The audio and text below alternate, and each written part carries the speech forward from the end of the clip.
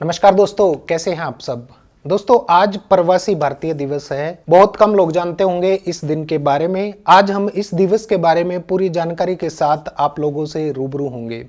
Social media पर प्रवासी भारतीय दिवस के बारे में कुछ लोगों ने सुना होगा, लेकिन ये क्यों मनाया जाता है, इसका इतिहास क्या है, ये बात शायद ही कुछ लोग जानते होंगे। स्टूडेंट्स और जनरल नॉलेज में इंटरेस्ट रखने वालों के लिए ये एक इम्पोर्टेंट टॉपिक है, क्योंकि इससे रिलेटेड बहुत सारे प्रश्न कॉम्पिटिटिव एग्जाम्स में पूछे जाते हैं।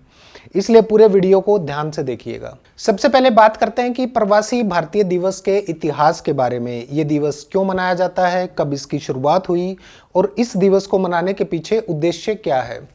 इस दिवस की शुरुआत साल 2003 में हुई थी और 9 जनवरी 1915 को महात्मा गांधी दक्षिण अफ्रीका से वापस भारत लौटे थे और इसी दिन की याद में ये प्रवासी भारतीय दिवस मनाया जाता है। इस दिवस को मनाने का प्रमुख उद्देश्य या मेन एम जो है वो भारत के विकास में प्रवासी भारतीय समुदाय के योगदान को सम्मान प्रदान करना है या उनका सम्मान करना है।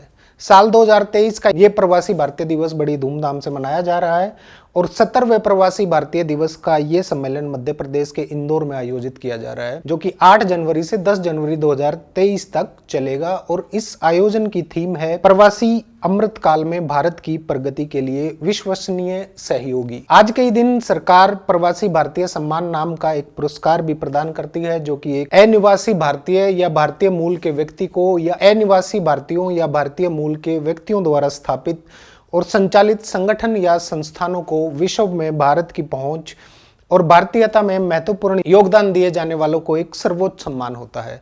अब बात करते हैं कि ये प्रवासी भारतीय कौन होते हैं। बुक्स में लिखा मिलेगा प्रवासी भारतीय और इनका वर्गीकरण। भारतीय प्रवासी ये वो लोग होते हैं जो किसी व्यापार या रोजगार के कारण भारत छोड़कर विदेश चले गए या वहां पे जाके सेटल हो गए। इनकी भी कई कैटेगरीज हैं, जिनमें पहली कैटेगरी है जिसको हम इंग्लिश में एनआरआई या नॉन रेजिडेंट इंडियन भी कहते हैं। ये वो नागरिक होते हैं जो भारत के बाहर रहते हैं या जो नागरिकता अधिनियम 1955 के सेक्शन 7/A के तहत विदेशी भारतीय नागरिक कार्ड धारक हैं। दूसरी कैटेगरी होती है पर्सन ऑफ इंडियन ओरिजिन, यानी भारतीय मूल का व्यक्ति।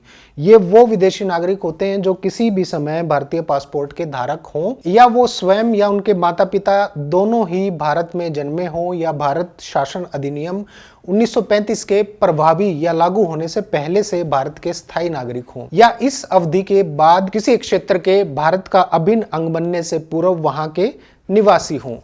तीसरी कैटेगरी आती है जिसे हम OCI कहते हैं, यानी ओवरसीज सिटीजन ऑफ इंडिया। भारतीय प्रवासियों की मांग पर इस योजना का निर्माण किया गया था, जिसे विदेशी भारतीय नागरिकता या OCI कार्ड होल्डर कहा जाता है। आप लोगों की जानकारी के लिए बता दूं कि इन प्रवासी भारतीयों ने स्वतंत्रता आंदोलन से लेकर सांस्कृतिक विस्तार, तकनीकी विकास और उद्यमिता में अच्छा खासा योगदान दिया है। सरकार ने भी प्रवासी भारतीयों के हितों को ध्यान में रखते हुए भारत को जानो प्रोग्राम, ई माइग्रेट सिस्टम, वज्रा और प्रवासी कौशल विकास जैसी योजनाओं की शुरुआत की है। तो दोस्तों, ये थी प्रवासी भारतीय दिवस के बारे में मोटी मोटी जानकारी, जो कि मेरे ख्याल से हम सभी को पता होनी चाहिए। ऐसी बहुत सी जानकारियां हैं जो हमारे इतिहास से जुड़ी हुई हैं, जिनको हमें जानना चाहिए।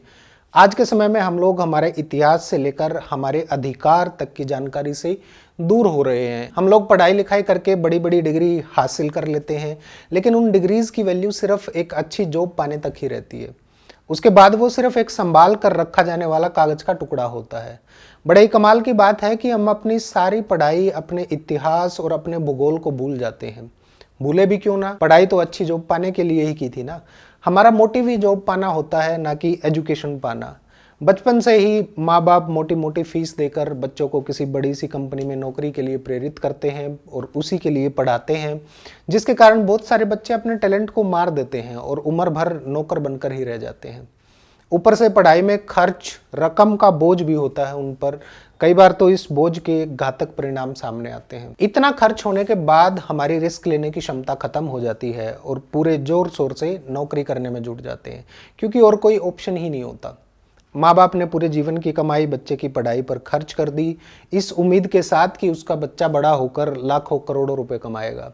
बड़े होने के साथ साथ बच्चे भी इस उम्मीद से वाकिफ हो जाते हैं और जब वो अच्छी नौकरी हासिल करने में सफल नहीं हो पाते तो वो टूट जाते हैं, जिसका रिजल्ट कई बार दिल दहला देने वाला होता है। हमारा एजुकेशन सिस्टम केवल हमें नौकरी के सपने दिखाता है, यहाँ तक कि MBA जिसमें आपको बिजनेसमैन बनने के, एक अच्छे बिजनेस को चलाने के बारे में पढ़ाया जाता है, सिखाया जाता है, वो भी शुरू से ही नौकरी करने का सपना दिखाते हैं। समझने की ज़रूरत है हमें क्या चाहिए और हमारे बच्चे क्या कर सकते हैं, क्योंकि अच्छी नौकरी पाने का रेशियो बहुत कम है और सरकारी नौकरियां तो बची ही नहीं है।